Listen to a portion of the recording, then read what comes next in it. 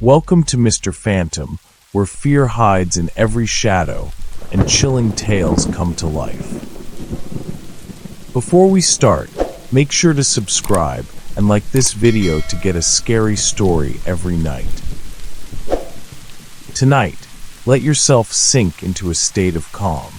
Take a deep breath in and exhale slowly. The dim light, the soft voice, and the cool night air surround you, guiding you into a different world. A world where the line between reality and dreams begins to blur. Imagine yourself in a safe place, warm and comfortable, drifting between wakefulness and sleep. Let these words flow like a whisper on the night breeze, carrying you into a story that slowly unfolds. But remember, not all bedtime stories are meant to bring peace. Some make us think twice before closing our eyes. Now, are you ready to hear this tale? Because tonight, we step into a different world. A world where a simple photograph is not just a memory. I never thought I'd end up back in this house. It wasn't my first choice, not even my second or third. But life has a funny way of leading you back to places you thought you'd left behind. The house had been in my family for decades, sitting on the edge of a quiet neighborhood in a small American town. It was an old Victorian-style home, with tall windows, creaky wooden floors, and that unmistakable scent of time long past. My parents had lived here briefly before moving out when I was still a baby. I never asked them why they left so suddenly, but now, years later, I had no choice but to return. After my parents' unexpected passing, the house was left to me. It was supposed to be sold, but with my life in shambles, a recent breakup, a dead-end job, and mounting debts, I decided to move in for a while. Free housing was free housing, even if it came with a past I barely understood. The first few days were uneventful. The house needed some fixing up, but nothing too crazy. A few coats of paint, some new furniture, and it would almost feel like home. There was something strangely comforting about being in a place that held a history connected to my family, even if it felt distant. But then I met my neighbor. His name was Mr. William, an older man, probably in his late 60s, with neatly combed gray hair and deep-set eyes that seemed to study me a little too closely. He had that polite, overly friendly demeanor, like he was trying too hard to appear normal. "You're Aaron, aren't you?" he asked the first time we met, standing at the edge of my driveway. "Your family used to live here a long time ago." I nodded, a little caught off guard. "Yeah, my parents lived here before they moved." Mr. William gave a slow nod, his gaze never leaving mine. "Shame what happened to them." I stiffened. The way he said it, it wasn't sympathy, more like curiosity. As if he was testing the waters, seeing how much I knew. I forced a polite smile. "Yeah, it was." There was a long pause before he finally smiled, a thin, almost practiced expression. "Well, if you ever need anything, don't hesitate to ask. It's good to have neighbors you can trust."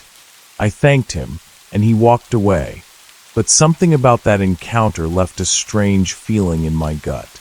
I pushed it aside, thinking maybe I was just reading too much into it. Maybe I was just tired, still adjusting to everything. That night, I decided to explore the house a bit more.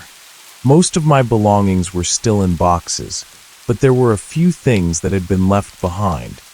Family heirlooms, old books, and framed photos. One particular photo caught my eye. It was a portrait of my family, my mom, my dad, and me as a baby. It was an old picture, the colors slightly faded, but still clear enough to make out our expressions. My parents were smiling, holding me close, their faces filled with happiness. I hung it on the wall in the living room, right above the fireplace. It felt right to have it there, watching over the house once more. But later that night, something strange happened. I was heading to the kitchen for a glass of water when I passed by the living room. Out of habit, I glanced at the photo and froze. Something was different. My mother's smile, subtle but unmistakable, was gone. Her lips, which had been curved in a warm, loving expression, were now pressed together, almost in a straight line. I stepped closer, rubbing my eyes. Maybe I was just seeing things wrong. Maybe the dim lighting was playing tricks on me. But the more I stared, the more certain I became. The smile was gone. A chill crept down my spine. I shook my head, laughing nervously to myself. "You're tired, Aaron. That's all." Trying to shake off the uneasy feeling, I went to bed. The next morning, I checked the photo again. My mother's smile had returned. I told myself it must have been my imagination. Maybe I had looked at it from a weird angle, or maybe the lighting had affected the way it appeared at night. I tried to forget about it, but that night, it happened again. This time, it wasn't just my mother's smile. My father's expression had changed too. His eyes, which had once been filled with warmth, now looked concerned. His brows were slightly furrowed, as if he was trying to tell me something. I stared at the photo, my heartbeat quickening. I turned on all the lights, looking at the picture from different angles, but the expression remained the same. A tight knot formed in my stomach. Something wasn't right, and I wasn't imagining it. For the next few nights, I started paying more attention. Every night, the changes became clearer. My mother's expression turned more anxious, my father's face more worried. And then one night, I saw something that made my blood run cold. Their eyes. They weren't looking straight ahead anymore. They were looking at me. I stumbled back, my breath catching in my throat. My heart pounded so hard I could hear it in my ears. No, this wasn't possible. Photos don't change on their own. I wanted to believe there was some logical explanation. Maybe the picture was damaged, or maybe I was just too stressed. But deep down, I knew better. I wasn't alone in this house. Someone was trying to reach me. And I had a terrifying feeling that it had something to do with Mr. William. I just didn't know why. Yet, I couldn't sleep that night. Every time I closed my eyes, I saw that picture. Those shifting expressions, those piercing eyes that seemed to follow me, their silent warning echoing in my mind. I kept telling myself I was imagining things. Stress, exhaustion, maybe even some weird side effect of being back in a house filled with old memories. But no matter how hard I tried to rationalize it, I couldn't shake the feeling that something was wrong. The next morning, I stood in front of the photo, studying it in the daylight. Everything seemed normal again. My parents' expressions were just as I remembered, warm, loving, unchanged. I let out a shaky breath. Maybe it was my imagination. Maybe I just needed to stop letting my mind play tricks on me. I forced myself to move on with my day, unpacking more boxes, cleaning up the house, trying to bring some sense of normalcy back. But the feeling of being watched never really left me. And then, later that afternoon, Mr. William showed up at my front door. I heard the knock and hesitated before opening it. Something about him unsettled me, though I couldn't quite explain why. "Morning, Aaron," he greeted with that same thin smile. He was holding a small tin container. "Brought you some cookies. Welcome to the neighborhood gift." I hesitated before taking them. Thanks." He didn't leave immediately. Instead, he lingered at the doorstep, his eyes scanning the hallway behind me as if trying to get a look inside. Must be strange, he mused, coming back to a house with so much history. I tensed slightly. Yeah, I guess. His smile didn't falter, but something in his expression shifted. I remember the last family that lived here. Nice folks. But they didn't stay long. I swallowed, my grip tightening around the tin of cookies. They moved out. I asked, though something about the way he said it made me think that wasn't what he meant. Mr. William tilted his head slightly, his smile fading just a fraction. Something like that. A cold chill ran down my spine. For a moment, neither of us spoke. The air between us felt thick, heavy, like he was waiting for me to ask the next question. But I didn't. I couldn't. "Well," he finally said, clapping his hands together. "I'll let you get back to it. Let me know if you need anything." He turned and walked back toward his house, moving slowly, almost deliberately, as if he wanted me to keep watching him. I closed the door, locking it behind me. I didn't trust him. That night, I decided to test something. I set up my phone on a small tripod in the living room, facing the photo. I hit record and left the room, determined to catch whatever was happening. Hours passed. I stayed upstairs, keeping myself occupied with old books, trying to distract myself from the creeping dread building in my chest. Finally, around 2 a.m., I couldn't take it anymore. I went downstairs, grabbed my phone, and stopped the recording. My hands trembled slightly as I pressed play.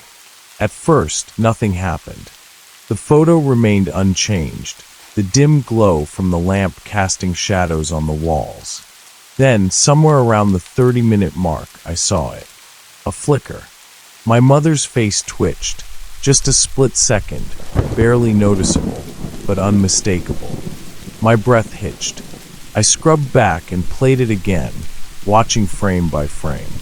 Her smile faded, her lips pressing into a thin line.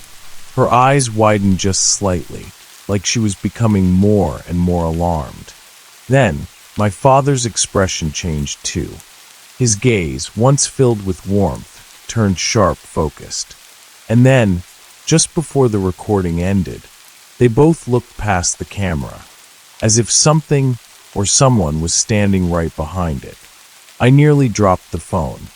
My stomach twisted as I glanced around the room.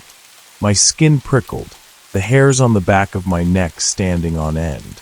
I was alone, wasn't I? I turned back to the phone, my pulse hammering against my ribs. I replayed the last few seconds again. Their eyes. They weren't looking at me. They were looking at something behind me. I couldn't breathe. I slowly turned my head, my heart pounding. The room was silent, too silent. The kind of silence that felt wrong. Then I heard it. A floorboard creaked. Somewhere in the house. I wasn't alone. A cold sweat broke out across my skin. I swallowed hard, straining my ears, waiting for another sound. Anything to confirm that I wasn't just losing my mind. Seconds passed. Nothing. I grabbed the nearest object, a fireplace poker, and gripped it tightly as I moved toward the hallway, every muscle in my body tense. Another creak. This time, it came from the kitchen. I inched forward, my breath shallow. The dim light from the living room barely reached into the hallway, leaving most of the house shrouded in darkness. I reached the kitchen doorway and stopped. The air felt wrong, thick and heavy, charged with something I couldn't explain. I reached for the light switch. Click. The kitchen flooded with light. Empty. The cabinets were shut. The chairs were exactly where I left them. The back door was locked. Nothing looked out of place, but the feeling remained. I forced myself to take a deep breath. Maybe I really was just on edge. Maybe I'd let the video get to me. Then I turned around, and I froze. The living room photo had changed again, but this time it was worse. My parents' faces weren't just worried anymore. They were terrified, their eyes wide, mouths slightly open, like they were screaming, like they were begging me to listen. But the worst part, they weren't looking at me anymore. They were looking past me, at something or someone right behind me. I spun around so fast I nearly tripped. My chest rose and fell in rapid, shallow breaths, my grip on the fireplace poker tightening. Nothing. No one was there. But I felt it. the weight of unseen eyes boring into me, the thick, suffocating presence of something lurking just beyond my senses. I couldn't stay here. Not like this. I backed away from the photo, my entire body shaking. I grabbed my phone and texted the only person I could think of, my childhood friend, Eric. Hey, I need you to come over. Now. His response was almost immediate. Eric, dude, it's almost 3 a.m. What's going on? I can't explain. Just please. I don't want to be alone right now. A few seconds passed before he finally replied. Eric, be there in 10. I let out a breath, my hands still trembling. I didn't know what was happening. I didn't know why the photo was changing, why my parents' expressions kept shifting, why they were so afraid. But one thing was certain. They were trying to warn me. And I had a sickening feeling that it had something to do with Mr. William. I kept my eyes locked on the photo as I waited for Eric to arrive. My body was tense, my muscles tight with anticipation, like a cornered animal waiting for a predator to make its move. The faces in the picture, my parents, still looked terrified, their eyes wide, frozen in some silent scream that I couldn't hear but could feel in every nerve of my body. Something was coming. I didn't know what, but I could feel it pressing against the edges of my awareness, lurking just beyond the veil of what I could see. The silence in the house was unbearable. Every creak of the wooden floors, every shift of the wind outside sent my heart racing. Finally, the sound of a car pulling up in my driveway shattered the eerie stillness. I bolted toward the front door and yanked it open just as Eric was stepping out of his car. He frowned at me, immediately picking up on my state. Dude, what the hell is going on? I didn't even answer. I just grabbed his arm and pulled him inside, slamming the door shut behind him. Eric glanced around, taking in the dimly lit living room, the shadows clinging to the corners of the house. He ran a hand through his messy brown hair and sighed. Okay, you're officially freaking me out. Start talking. I motioned toward the fireplace. Look at the photo. He squinted, stepping closer. What about it? I swallowed hard. Tell me what you see. Eric studied it for a moment, tilting his head. Your parents? Nice old school picture. Your mom's pretty. I let out a shaky breath. They were smiling when I first put it up. His expression shifted. Okay, but now look at them. Eric's gaze flicked between me and the photo. I could tell he was trying to see if I was messing with him. Then, his expression grew serious as he took a closer look. His brow furrowed. Yeah, okay. They do look kind of freaked out. I nodded quickly. It keeps changing. Every night. And it's getting worse. Eric turned to me, skepticism in his eyes. Dude, are you sure you're not just imagining things? Maybe it's the lighting or... I recorded it. My voice was tight. It changed on camera. That shut him up. I grabbed my phone and pulled up the video, holding it out to him. Eric took it, his lips pressing into a thin line as he watched. I saw his face change as he reached the part where my parents' expressions shifted. He scrubbed back, watching it again. And again. Then he looked at me, his face pale. What the actual F*******? I don't know, I admitted. My voice came out hoarse. But it's not just the photo. I keep hearing things. Floorboards creaking when I know I'm alone. That feeling like I'm being watched. I hesitated before adding. And my neighbor is weird as hell. Eric sighed and handed me back my phone. Okay, I'll admit, that's creepy as F*******. But what does your neighbor have to do with it? I hesitated before saying. He knew my family lived here before. And when I asked if the last family moved out, he said, something like that. Eric's eyes narrowed. Okay, that's sketchy. I don't trust him. Eric rubbed his jaw. So, what do you want to do? Call the cops. I shook my head. And tell them what? That a picture on my wall is moving on its own. He exhaled sharply. Fair point. A sudden loud thump from upstairs made both of us freeze. I grabbed Eric's wrist instinctively. Did you hear that? His expression hardened. Yeah.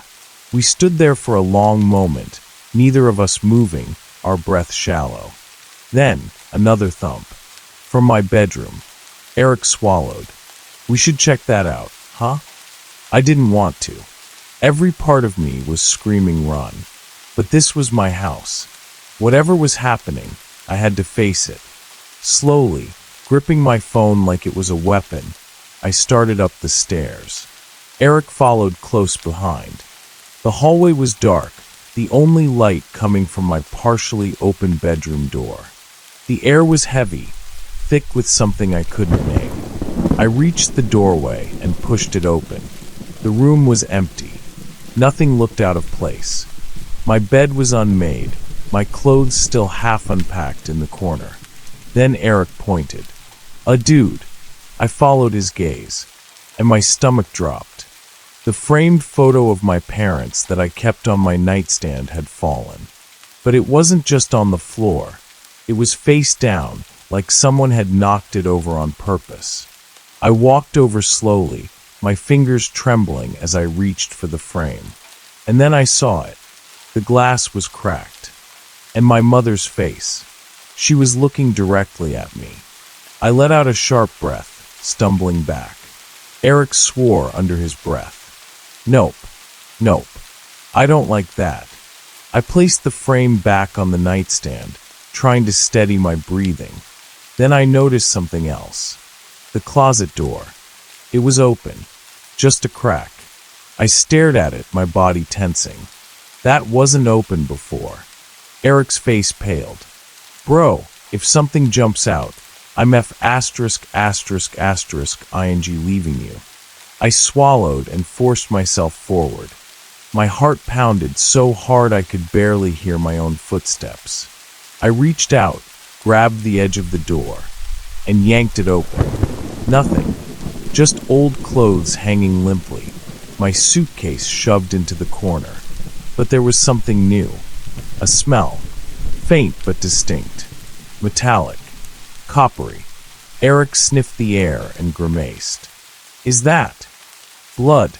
I whispered. Neither of us moved. Then something shifted. Not in the closet. Downstairs. A slow, deliberate creak. Like someone was stepping onto the first stair. Eric and I locked eyes. He mouthed, "Who's in your house?" I shook my head. We listened. Another step. And another.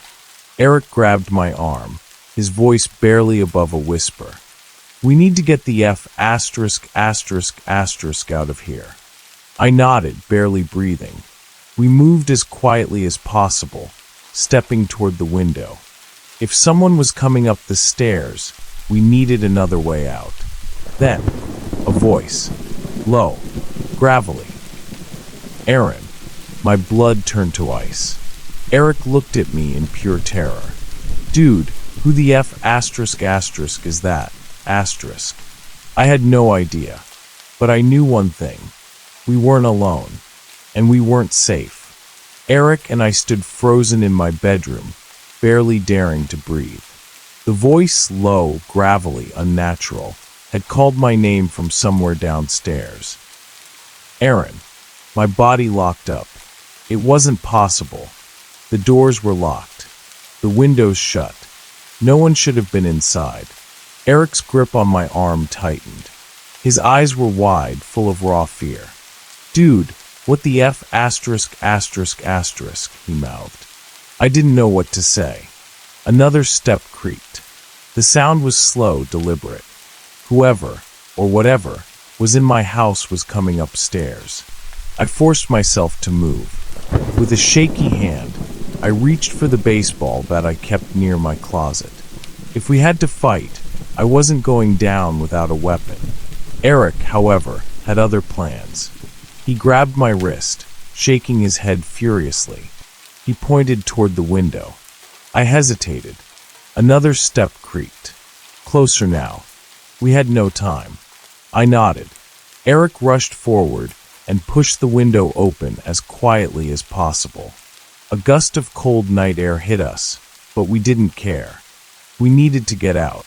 The window led to the roof over the porch. It was a drop from there, but nothing we couldn't handle. Eric climbed out first, moving quickly. As I followed, another noise came from inside the house. This time, not footsteps, but a slow, rasping breath. I shuddered. I didn't look back. I slid onto the roof, my hands gripping the shingles as Eric helped me steady myself. Below us, my front yard stretched into the darkness. The nearest streetlight flickered weakly. "We jump," Eric whispered. I nodded, swallowing my fear. 1, 2. We leaped. I hit the ground hard, my knees buckling. Pain jolted through my legs, but I ignored it. Eric grabbed my arm, yanking me toward the driveway. "Car. Now." We sprinted. The cold air burned my lungs, but I didn't stop. I didn't dare look back at the house. Eric fumbled with his car keys, cursing under his breath as his hands trembled. Come on. A noise stopped us dead in our tracks. Click. The sound of my front door unlocking. The porch light flickered. Then the door slowly swung open. The darkness beyond it was thick, almost unnatural, like the house was swallowing the light. And then, a shape emerged. A tall, gaunt figure. Mr. William. He stood in my doorway, his face shadowed, his hands hanging limply at his sides. For a second, he just stared. Then, in the same gravelly voice that had whispered my name moments ago, he said, "You shouldn't have left." Eric got the car door open. "Aaron, get in." I didn't think. I dove into the passenger seat, slamming the door shut just as Eric started the engine.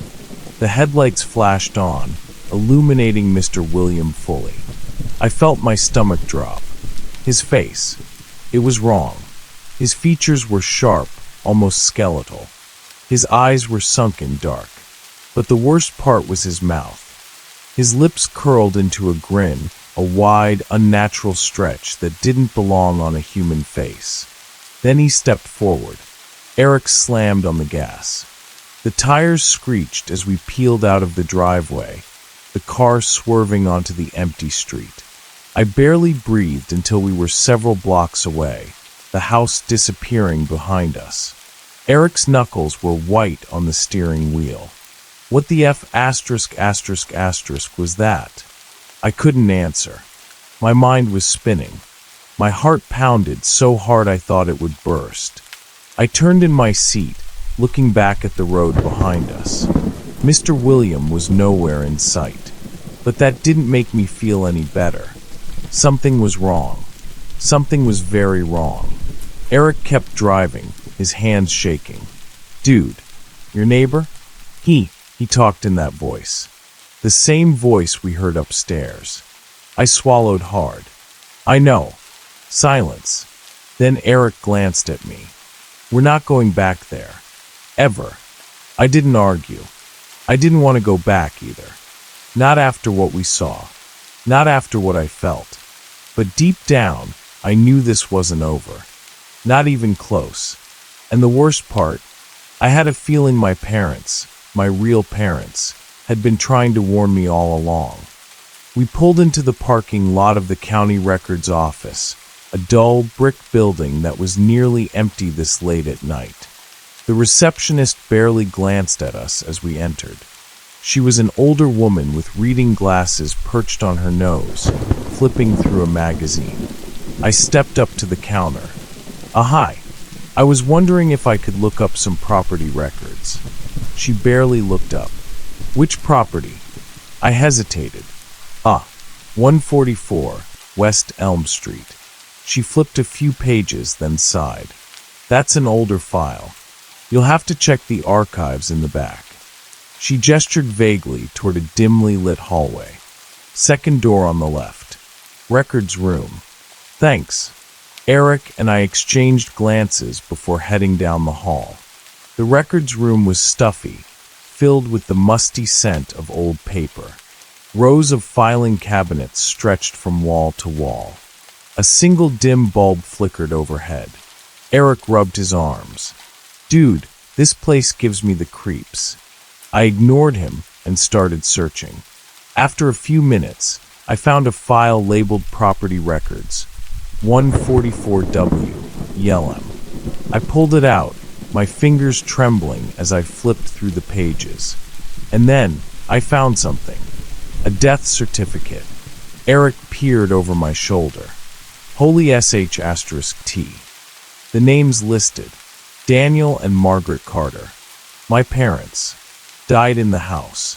But it wasn't just them. I flipped another page. A police report. My breath caught in my throat as I read the details. They weren't just dead. They were murdered. I felt like the room was closing in on me. My vision blurred as I read the next words. Suspect, William Halloway. Eric's voice was barely above a whisper. Dude, that's Mr. William. A chill ran down my spine. He wasn't just a creepy neighbor. He had killed my parents. And now, he was living right next door to me. I felt like I couldn't breathe. I closed the file, my hands shaking. My head was spinning. My whole life, I had been adopted young, never knowing the truth about my parents. And all this time, the man who murdered them had been living right next door. Eric swallowed hard. We need to go to the cops. I nodded. Yeah, but deep down, I knew something was wrong. If Mr. William had been caught, why was he still here? Why was he free? And why was my house still haunted?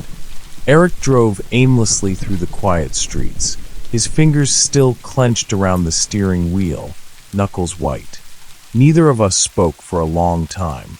The streetlights passed over us like flickering ghosts, casting shadows that seemed to stretch and distort as we sped past.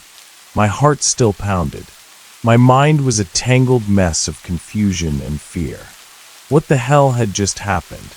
We had heard something in my house, something that spoke my name. And when we escaped, Mr. William was standing there, as if he had known exactly where we were. But it wasn't just that. His voice. It wasn't normal. It had been the same thing we had heard inside the house. I felt sick. Eric finally broke the silence. Where are we going? I swallowed hard. I don't know. He exhaled sharply, shaking his head. I can't believe what we just saw. That wasn't normal, man. He took a hand off the wheel, rubbing his face. I mean, I've seen some creepy sh*T before, but that was something else. I nodded numbly. I had no words. Then, as if an invisible force compelled me, I pulled out my phone. The video. I had recorded the picture changing. Maybe, it had caught something else, too. With shaky hands, I tapped on the video and hit play. The dim glow of the screen illuminated my face as I watched the recorded footage of my living room. The photo on the wall was normal at first. My parents smiling. Then, just like before, their expressions began to shift. Their smiles faded. Their eyes widened. I clenched my jaw, forcing myself to keep watching. My parents' faces changed into fear. Pure, raw terror. Their mouths were slightly open, like they were screaming, but there was no sound. I felt bile rise in my throat. Then, a flicker. I rewound. Paused. There. A shadow. For less than a second, a shadow moved at the edge of the frame near the staircase. A tall, lanky figure that hadn't been there before. I felt my blood turn to ice. Eric glanced over. Dude, what is it? I turned the phone to him. Look. I pressed play again, letting him see the moment when the shadow flickered into view. Eric's expression darkened. That's in your house. I nodded. We were both silent for a moment. Then Eric muttered, I think you need to figure out what happened in that house, man. I hesitated before answering. I think it has to do with my parents. Eric shot me a glance. Your real parents? Yeah. I took a shaky breath. Mr. William told me that the last family didn't move out. What if something happened to them? Eric was quiet. Then he nodded. We need to find out. I wasn't sure where to start. But there was one place that had answers to things like this. The town records. We rushed out of the records office, my heart hammering in my chest. The cool night air did nothing to calm the firestorm in my head. My hands were shaking so badly, I nearly dropped the file as I stuffed it into my jacket. Eric was just as shaken, his face pale under the dim glow of the streetlights. Dude, this is insane, he muttered. Your neighbor, he killed your parents. I swallowed hard. The weight of those words pressed down on me, suffocating. I had lived next to a murderer for months. He had been watching me, and I had let him. We have to go to the police, Eric said, his voice urgent. Like now. I nodded numbly. Yeah, you're right. But deep down, something didn't sit right. If Mr. William had been a suspect, why wasn't he in prison? Why was he still living there, just a few feet away from me? Something wasn't adding up. Eric drove straight to the local police station. It was a small brick building, mostly empty at this time of night. The fluorescent lights inside buzzed faintly, casting an eerie glow over the dull tile floors. We approached the front desk, where a tired-looking officer sat, rubbing his temples. His badge read Officer Reynolds. He barely glanced up. Something I can help you boys with? I hesitated, then pulled out the file. I think my neighbor killed my parents. That got his attention. His eyes narrowed as he took the file from my hands, flipping through the pages. He scanned the report, his expression darkening. Where did you get this? The county records office, Eric answered quickly. It was in the archives. Reynolds sighed, setting the papers down. He rubbed his face. This case is complicated. I frowned. What do you mean? Reynolds hesitated, then leaned in. Listen, kid.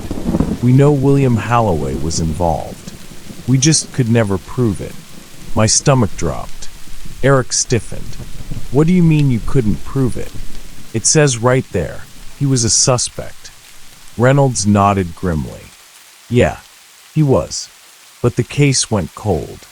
I felt my breath hitch. Cold. Reynolds sighed. Your parents were found dead in that house, but there was no solid evidence linking him to the crime. No fingerprints, no witnesses. He was questioned, but without proof, the case was dropped. I shook my head. That doesn't make sense. If he didn't do it, then who did? Reynolds hesitated. That's the thing, kid. No one knows. A heavy silence filled the room. Eric broke it. So what? He just got away with it. Reynolds exhaled. We watched him for a while, but after a few years, he became just another forgotten name in a case that never got solved. No one bought the house after what happened. Until, well, you. I felt sick. No wonder the house had been so cheap. No wonder I had been seeing things, hearing things. The spirits of my parents weren't just restless. They were trying to warn me. I gritted my teeth. He's been watching me. Since the day I moved in. Reynolds' jaw tightened. That doesn't surprise me. I clenched my fists. So what do we do? Reynolds shook his head. Unless we have new evidence, there's nothing we can do. Frustration boiled inside me. So you're saying I just have to live next to a murderer? Reynolds gave me a long look. No. I'm saying you need to be careful. I hated that answer. Eric cursed under his breath, dragging a hand through his hair. This is Bull's ***T. Reynolds stood. Listen, I'll put in a request to look into him again, but I need something new, something concrete. I exhaled shakily. I needed proof, and I knew exactly where to find it. The drive back to my house was suffocating. Eric kept glancing at me like I had lost my mind. "You're seriously going back in there?" I swallowed hard. "I have to." Eric slammed his hand against the dashboard. "Dude, are you hearing yourself? You just found out that your neighbor is a murderer, and now you want to waltz back into the crime scene." I looked at him. "If I don't, I'll never have answers." Eric gritted his teeth, but he knew I was right. With a reluctant sigh, he pulled into my driveway. The house loomed before us, dark and silent. And yet I knew something was inside, watching, waiting. We got out of the car. Every step toward the front door felt heavier, like something was trying to pull me back. I unlocked the door, pushing it open. The house was quiet, too quiet. Eric stepped in behind me, baseball bat in hand. "Where do we start?" he whispered. I swallowed hard. "The basement." Eric groaned. "Of course it's the basement." I grabbed a flashlight and led the way.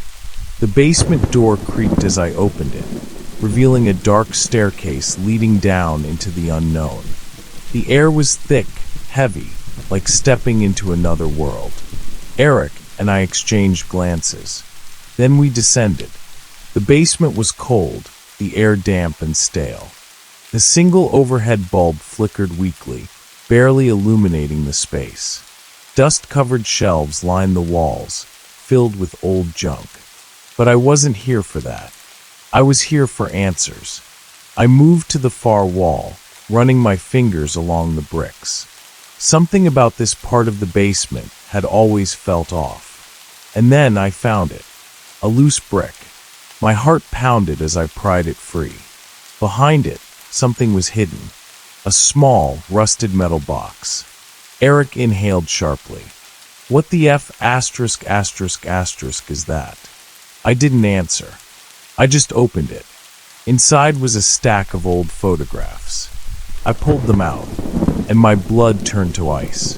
The first photo was of my parents, but not the way I remembered them. They were tied to chairs, mouths gagged, eyes wide with terror. I felt my stomach twist. Eric cursed under his breath. "Oh my God!" I flipped through the photos. They got worse. Blood. More blood. The last photo was of me. Not as a baby. Not as a child. Me. Now. Taken from outside my bedroom window. My hands shook violently as I stared at the image. Eric looked like he was going to be sick. "Dude, he's been watching you." I swallowed hard. "No." I turned the last photo over. There was something written on the back. "You look just like your father." My blood ran cold. And then, upstairs, a noise. A slow, deliberate creak. Someone was in the house. Eric grabbed my arm, whispering harshly, "We need to get the F asterisk asterisk asterisk out of here." But I couldn't move, because I knew. Mr. William wasn't just my neighbor. He was waiting. For me. A slow, deliberate creak echoed from upstairs. Eric and I froze. My breath hitched in my throat. The sound was unmistakable. Someone was up there. Moving. Eric gripped my arm tightly. His voice was barely a whisper. "Aaron, we need to go." I couldn't move. Not because I didn't want to, but because I knew if we ran, we might not make it out. Slowly, carefully, I set the rusted metal box back behind the loose brick and slid it into place. Then, with excruciating caution, I reached for the flashlight and clicked it off. Darkness swallowed us whole. Eric let out a shaky breath, barely audible. Another sound, this time closer. A soft but deliberate thump, like a footstep. Then another, and another. Each one slow. Careful. Whoever was upstairs, they knew we were here. Eric squeezed my arm. "What do we do?" His voice was barely audible. I swallowed hard, my mind racing. We need to get out. Quietly. The basement only had one way in and out. The stairs leading to the door at the top. And he was up there, blocking our only exit. I took a slow step back, pressing myself against the wall. My heart pounded so loudly I was terrified he would hear it. Another sound. Not footsteps this time. Breathing. A long, slow inhale. Right above us, Mr. William was standing at the top of the basement stairs. And he was waiting. Eric tensed beside me. I could feel his whole body trembling. Then, a voice. Low, raspy, almost amused. Aaron. My blood turned to ice. I clamped a hand over my mouth to keep from making a sound. Eric gripped my wrist, his breathing ragged. Another slow, drawn-out creak. He was stepping down, coming toward us. I could barely think through the terror clouding my mind. Run. Run now. I grabbed Eric's arm and pulled him with me, stumbling toward the nearest shelf. I ducked behind it, pressing my back against the cold metal. Eric crouched beside me, his breath shallow. We listened. Another step, then another. The wood groaned under his weight as he descended. My pulse thundered in my ears. 5 steps left. The air in the basement felt heavier, thicker, like it was suffocating us. 4 steps. Eric's fingers dug into my arm. 3. I squeezed my eyes shut, willing myself to disappear. 2. Then silence. I held my breath. No more footsteps. No more breathing. Just an endless, suffocating stillness. Eric's grip tightened. Then, a voice. Calm. Careful. I know you're here. Every muscle in my body locked. I could feel him. Right there. Standing at the bottom of the stairs. I squeezed my eyes shut, my mind racing. Think. The flashlight. My phone. The bat Eric had. None of it would matter. Because Mr. William wasn't normal. I didn't know how I knew. But I did. Something was wrong with him. The picture. The whispers. The way my parents' faces had changed. It had all been leading to this. A single movement. A single mistake. And he would find us. Eric nudged me. Slowly, cautiously, he pointed toward the far corner of the basement. The small window near the ceiling. Our only chance. I nodded. We moved in complete silence, crouching low as we inched toward the window. The air was thick with tension, each second dragging like an eternity. Then, a sound. A rustling. Eric and I froze. A shadow moved across the floor. A whisper. Right behind us. Going somewhere. Before I could react, Eric was yanked back. I barely bit back a scream as his body was dragged into the darkness. Eric. I hissed. I spun, reaching out blindly. Then, a flash of movement.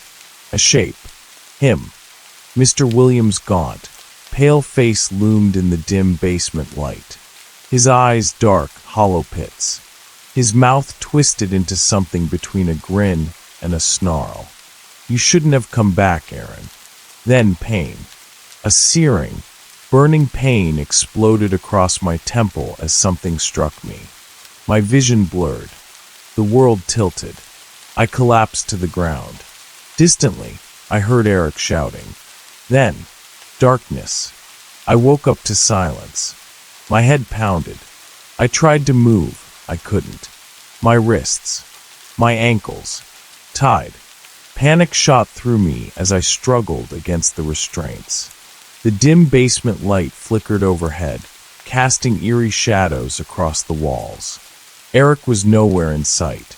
Then, from the darkness, a voice. You should have left well enough alone. My blood ran cold. Mr. Williams stepped forward, his face hidden in the shadows. His voice was eerily calm, almost disappointed. I've been so patient, he murmured. I let you live. I watched you grow. I was going to let you go. I thrashed against the ropes. Where's Eric? Mr. William tilted his head. Gone. A fresh wave of panic surged through me. You. Don't worry, he said softly. It was quick. Rage burned in my chest. I pulled harder against the restraints. Why? Why did you kill my parents? He smiled. Because they saw what I really am. A chill ran down my spine. What are you? His smile widened. The light above flickered. And then, his face changed. The skin around his mouth stretched, unnaturally wide. His eyes darkened into endless pits. His limbs lengthened, shifting, twisting into something inhuman. A voice, no longer human, whispered, I am what you fear in the dark. The room seemed to shrink around me, the air turning thick and suffocating. The ropes tightened around my wrists. I couldn't breathe. I couldn't move. Mr. William, or whatever he was, crouched in front of me, tilting his head. You should have left, Aaron. Then, from somewhere above, a voice, a whisper. Aaron. A rush of cold air swept through the basement. Mr. William stiffened. His head snapped toward the source of the sound. Then, the light exploded. Darkness swallowed the room. And everything went to hell. Everything went dark. The single basement light shattered, plunging us into suffocating blackness. For a moment, nothing moved. Nothing breathed. Then, a sound. A slow, shuddering inhale. Not mine. Not Eric's. Him. Mr. William, or whatever he had become, was still here. My wrists burned as I struggled against the ropes binding me. Every instinct in my body screamed at me to move, but the darkness was absolute, pressing in like a living thing. Then from the void, a whisper. Low. Guttural. Wrong. You don't belong here, Aaron. I swallowed the terror clawing its way up my throat. And then, another sound, but this one different. Soft. Faint. A voice. Aaron, run. My heart stopped. It was her. My mother. A gust of ice-cold air swept through the basement, sending a deep shiver down my spine. Then, the rope snapped. I lurched forward, nearly collapsing onto the cold cement floor. My hands burned, but I didn't care. I was free. The darkness shifted. A shadow moved in the blackness. Not human. Not anymore. Then, a scream. A twisted, monstrous shriek that rattled the very walls of the basement. The shadows around me rippled, like something massive was shifting within them. I didn't hesitate. I bolted. My feet pounded against the floor as I scrambled toward the staircase, lungs burning with every breath. But then, a hand, ice-cold fingers wrapped around my ankle and yanked. I hit the ground hard, my chin slamming into the cement. Pain exploded through my skull. A shape loomed above me. No longer human. A tall, twisted figure, its limbs too long, its mouth too wide, its eyes too black. Mr. William was gone. Whatever stood above me wasn't him anymore. My blood turned to ice. It knelt down, inches from my face. You should have stayed blind. Then, a blast of light. A sudden, blinding glow erupted from the other side of the basement. The thing above me screamed, a horrific, unnatural sound that made my skin crawl. I turned, and saw them, figures standing in the light. Faint, translucent, but unmistakable. My parents. A sob wrenched from my throat. My mother reached out, her lips forming one word. Go. The shadows recoiled, writhing violently. I didn't hesitate. I kicked free from the thing's grasp and sprinted up the stairs. Behind me, the thing that had once been Mr. Williams screamed, its voice twisting into something inhuman. I hit the basement door hard, shoving it open and stumbling into the hallway. My vision blurred. I had to keep running. The house felt different. The air was thick, like something was pushing against reality itself. Every shadow stretched, every whisper grew louder. I staggered toward the front door, my breath ragged. Then, a hand clamped onto my shoulder. I spun, but it wasn't him. It was Eric. His face was pale, his eyes wide with terror. "Move," he shouted. Together, we tore through the front door, bursting into the cold night air. The second we crossed the threshold, an ear-piercing scream split the night. The house shook, its windows shattering, its walls groaning like a dying beast. Eric and I ran, down the porch, into the street. We didn't stop until we were halfway down the block, panting, gasping for air. Then silence. We turned. The house stood there. But something was wrong. The windows were dark. The door closed. Like nothing had ever happened. Like it was waiting. Eric and I exchanged looks, our faces pale in the dim streetlight. Neither of us spoke. Because we knew. It wasn't over. Not yet.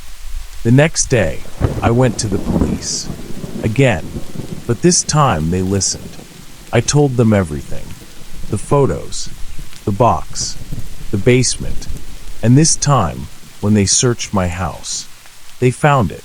The photos. Evidence. Enough to reopen the case. But Mr. William? Gone. The police searched his house. They found nothing. No sign of him. No trace.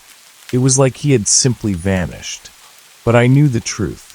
He hadn't vanished. He had become something else. And he was still out there. Watching. Waiting. I sold the house. Left town. Tried to forget. But some nights, when the world is quiet, I still see them. My parents. Faint in the corner of my vision. Watching over me. And I still see him too. Not always. Just sometimes. A shadow. A shape. Standing at the edge of my nightmares. Smiling. Waiting. Because deep down I know. This isn't over. It never was. And it never will be. And now, the story has come to an end. But even as the words fade, the feeling lingers. Like a shadow at the edge of your dreams. Like a whisper just beyond your reach. Take a deep breath. Let the silence settle around you. The night is still, the world is quiet, and your mind drifts deeper into rest. But before you close your eyes, tell me, what do you think really happened? Do you believe the story is truly over, or is something still waiting in the dark? Share your thoughts in the comments. Let's unravel the mystery together. And if you enjoyed this story, don't forget to like the video and subscribe for more tales that keep you up at night. For now, rest easy. Sleep well. And if you wake in the middle of the night, take a quick look at the pictures on your wall, just to make sure they haven't changed.